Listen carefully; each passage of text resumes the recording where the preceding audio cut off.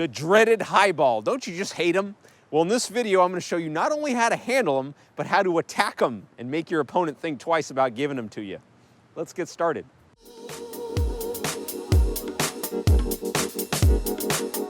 Hey there, Ramon Osa with you here, and if you've played the moonballer or you played somebody who hits with heavy topspin, then you've had the good fortune of having to deal with this shoulder high ball. And I say good fortune because playing against players that make us uncomfortable is actually a good thing in a lot of ways, as long as it's the good kind of uncomfortable, all right? But as a player who is a non-natural athlete and had no idea how to hit a good tennis shot at 16, I had to learn how to deal with this shot, and I really had no clue until I'm going to share with you what I learned in this video. First thing is, if you can avoid this shot, by all means do it by moving forward, taking that ball in the rise maybe around chest high or even waist high, or moving back and letting that ball settle into your strike zone. But that's not always an option, and I realize that. So the first problem that I see most players do, and I include myself in this camp back in the day, was I was trying to hit this ball down into the court, trying to get it on shoulder high and hit it down. And that's a bad idea from behind the baseline. It can actually be a good idea if you're closer to the net, but from behind the baseline, that's not good because we run the risk of the ball going down into the net, or at the very best, landing short and letting our opponent pounce on it like a jaguar stalking its prey. The second problem, so you don't hit the ball short, or sorry, you don't hit the ball down, so we must hit the ball up, right? No, so you don't want to do that either, because up in this area here on the backhand, it's virtually impossible to hit the ball up and still generate some kind of pace on the ball. It's just not a very good position for our arm to be in.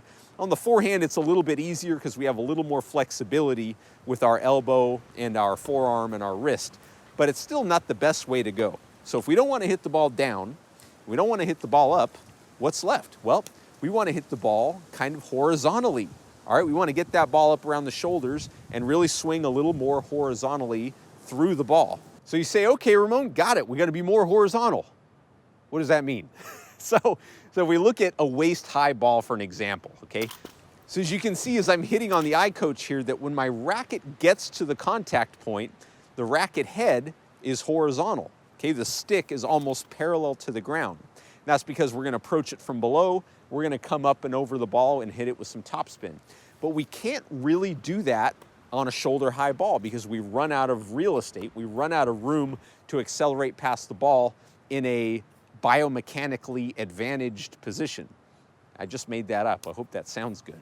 Okay, it doesn't feel good when we're up here and we're trying to hit topspin like that. So what can we do instead? Well, if we look at the natural swing path and the way that the racket wants to unfold when the racket face is passing our shoulder level, you can see that the racket face is actually diagonal. Okay, so we want to be diagonal in this position. And we can get a feeling for this by going up to the wall and imagining that ball at shoulder high, doing a shadow swing, getting out to the contact with a diagonal racket face, and then pulling across the ball. So you get a feeling of activating the muscles that you need to activate to really pull across the ball. And as you can see me hitting on the ball machine here, that's going to really help us hit this ball aggressively and create a short ball that we can pounce on like the jaguar and send our opponent running for the hills.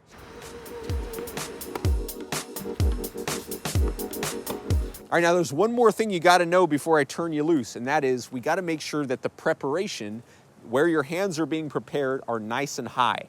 Because if you're like me, you take a bunch of shadow swings in this kind of waist-high area that feels nice and cozy, but when you get the high ball, if we do that same take back, we're going to end up creating all kinds of lift with our hands just to get to the point of contact, which is going to cause the ball to go up like a moonball and then come down and get killed by the opponent. So we don't want that.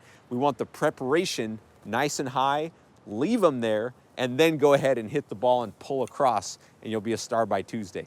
Thanks so much for watching this video. As you can see, there's really nothing to the high ball. Now you just got to go out and have fun with it. If you like this video, click the like button down below and let me know in the comments if there's any video that you could suggest that I would make for you that could help you out, and I'd be happy to do that.